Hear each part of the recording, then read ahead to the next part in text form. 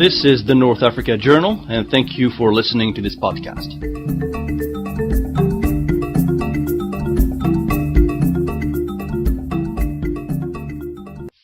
This is Areski Daoud of the North Africa Journal. Today is August the 15th, 2013, and this is an update on the crisis in Egypt. Joining me here in studio is Alessandro Bruno. He is the senior editor of the North African Journal. So, Alessandro, the death toll has reached more than 630, 4,000 people injured. These are civilians in large part, some of whom may have been armed, many were not. How can this in any way be justified, do you think? Well, it can't be justified with any reasonable logic, but actually the Muslim Brotherhood claims that 4,000 people died. So I think that the death toll is destined to grow.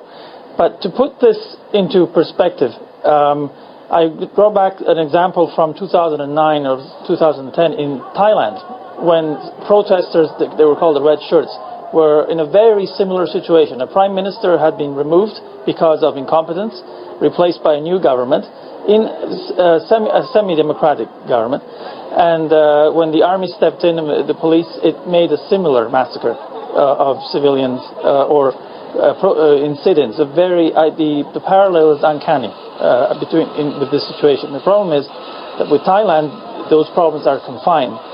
With Egypt, they can spread, not just within Egypt, but to other parts of the region, because the Muslim Brotherhood has branches or affiliates in other parts of the Arab world that are now ruling and coming under pressure as well. I'm thinking of Tunisia, partly Morocco, and certainly even in Jordan, where the Muslim Brotherhood was a strong parliamentary force for a number of years. What does this say, though, about the Egyptian military, the folks who are now running this country, that they would allow this to happen, that security forces would be allowed to be sent in and just shoot unarmed civilians in the streets? Well, and that is what's so surprising, because the Egyptian government knows fully well what this means, and that this will prolong the crisis.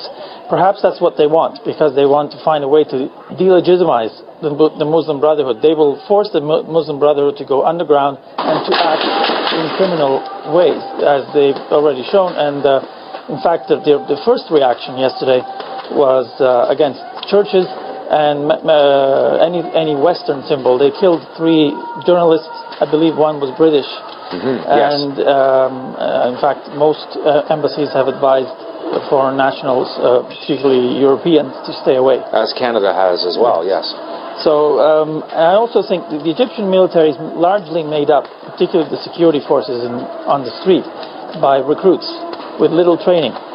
So they are scared and afraid. They will shoot first without thinking. You need a really professional force to deal with this kind of insurrection. And the professional force is saved for other kinds of exercises, more the type of exercises that the U.S. has cancelled, for example. Do you think the West, speaking of which, is guilty of a sort of hypocrisy here, allowing this to happen, sort of, condemning it, but let's face it, it's been somewhat mild, this condemnation that's gone on. The Americans could have cut off all aid immediately. They didn't do that. They sort of withheld the transportation of a few jets, I believe. Mm-hmm. Now Obama's come out a little bit stronger, but again, it hasn't been this very rousing condemnation. And some people are saying this is an example of Western hypocrisy. They'll support the military because it suits them. And that's partly the problem that's going to fuel the Muslim Brotherhood's response in the next couple of months against Western targets, because they can cite exactly the argument that you've made. But there is, I will call it a convenient hypocrisy. The new government in Egypt is certainly much more amenable to let's say, Western or international interests than was Morsi's government, much more. To start with an example, the peace talks with the Palestinians.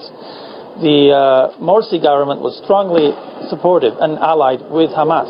In fact, it is said the reason why Morsi was arrested was that apparently Hamas helped to release him from jail in the days preceding the end of the Mubarak government during the Tahrir Square revolts in 2011.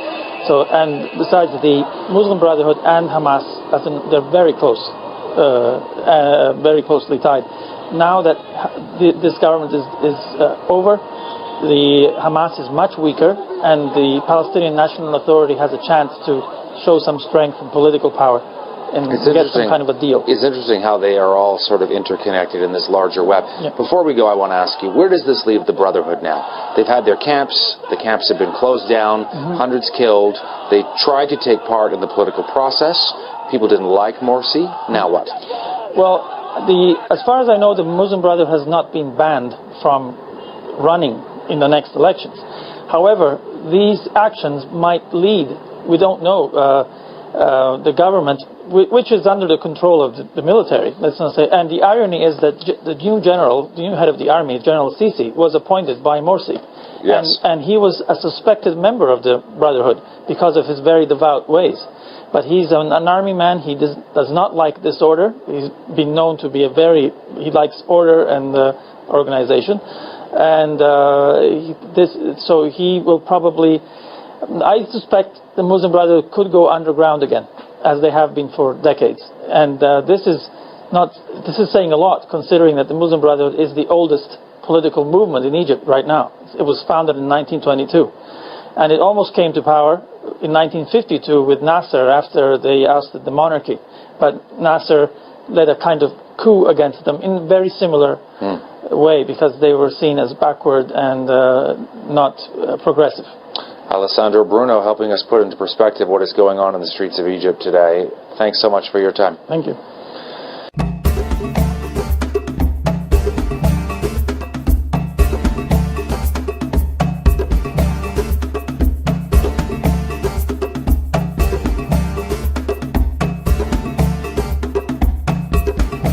This was a North Africa Journal podcast. For terms of use and more analysis, please visit our website at north-africa.com. Thank you.